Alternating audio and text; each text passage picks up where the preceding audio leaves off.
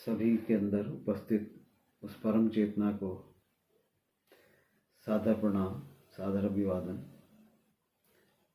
कल हमारा दूसरा सर्ग समाप्त हुआ था, पूर्ण हुआ था। आज तीसरा सर्ग प्रारंभ करते हैं।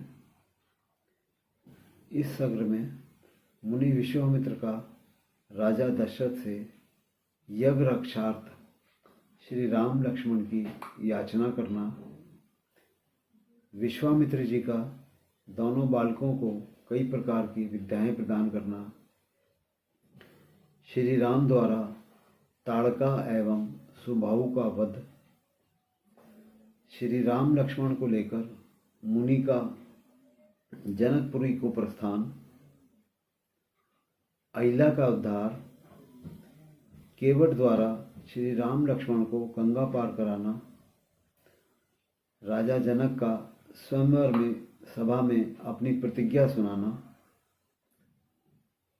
रावण का धनुष उठाने में विफल होने पर वापस लौट जाना, श्री राम का धनुष भंग करना, सीता का राजसभा में आकर वरमाला पहनाना, सीता के पूर्व जन्म की कथा, चारों भाइयों का विवाह, 1 मास के बाद राजा दशरथ का सभी को लेकर अयोध्या को प्रस्थान, मार्ग में श्री राम परशुराम का मिलन, श्री राम द्वारा परशुराम का गर्भ भंजन। ये इस सर्ग में हम पढ़ेंगे, सुनेंगे, अनुभव करेंगे, क्योंकि महत्व अनुभव करने का है। हम कितना अनुभव कर पाते हैं।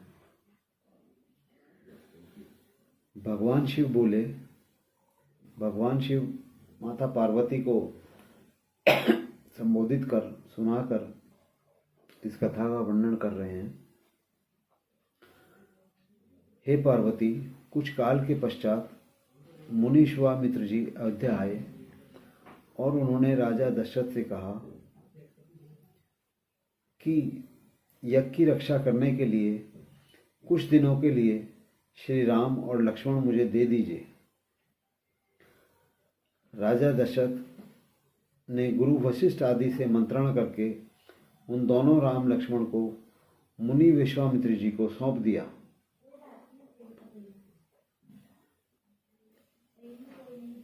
गाधी पुत्र विश्वामित्र जी के साथ रथ में बैठकर वे दोनों यज्ञ की रक्षा के लिए उनके साथ गए।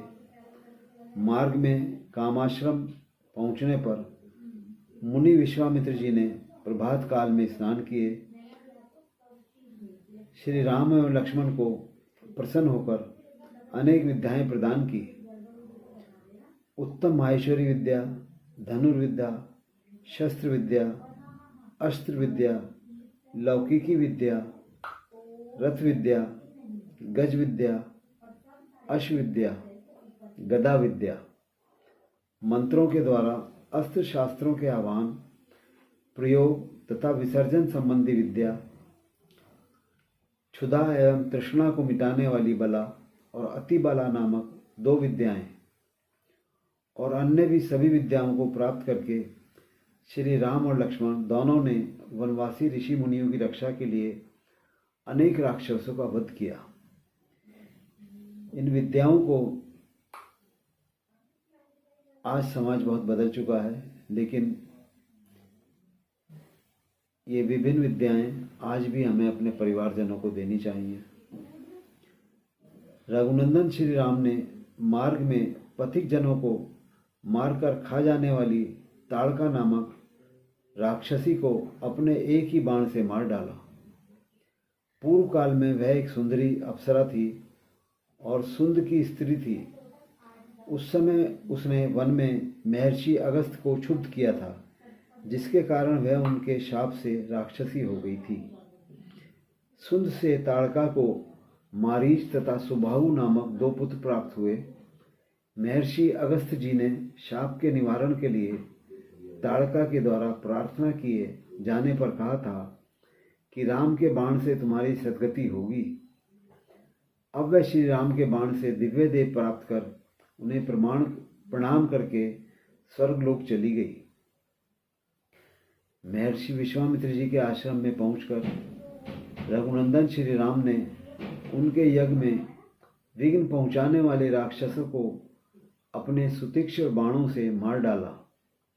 इस प्रकार श्री राम ने जहाँ रण यज्ञ का प्रारंभ कर दिया, श्री रामचंद्र जी ने हजारों राक्षसों को अपने तीक्ष्ण बाणों से मारने के अनंतर अपने एक बाण के प्रहार से मारीच को 100 योजन दूर समुद्र में फेंक दिया। उन रघुश्रेष्ठ ने पुनः एक बाण से सुबाहु को भी मार डाला।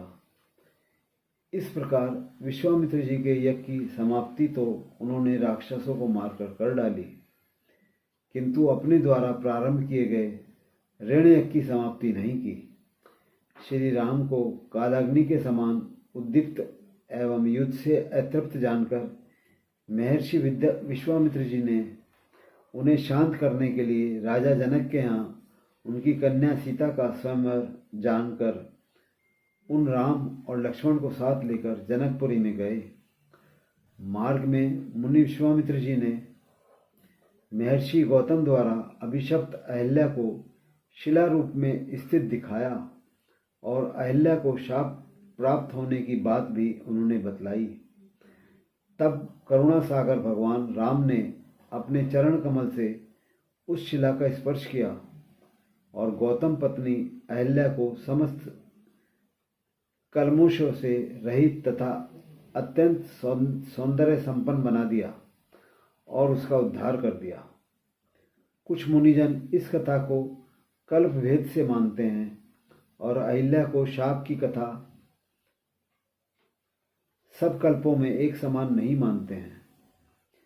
उस समय देवताओं तथा गंधर्वों ने श्री राम लक्ष्मण के ऊपर फूलों की वर्षा की। तदंतर महर्षि गौतम को अहिल्या को सौंपकर वे गंगा की ओर चल पड़े।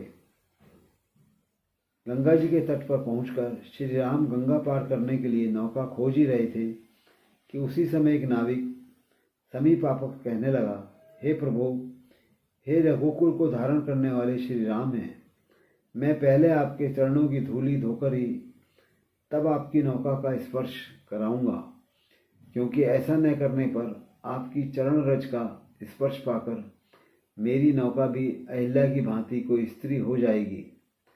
हे नाथ, मैं आपके चरण कमलों को धोऊंगा, क्योंकि लकड़ी और पत्थर में क्या अंतर है। लोक में कथा प्रसिद्ध है कि आपके चरण कमलों की धूलि में जड़ पदार्थ को मनुष्य बनाने की शक्ति है।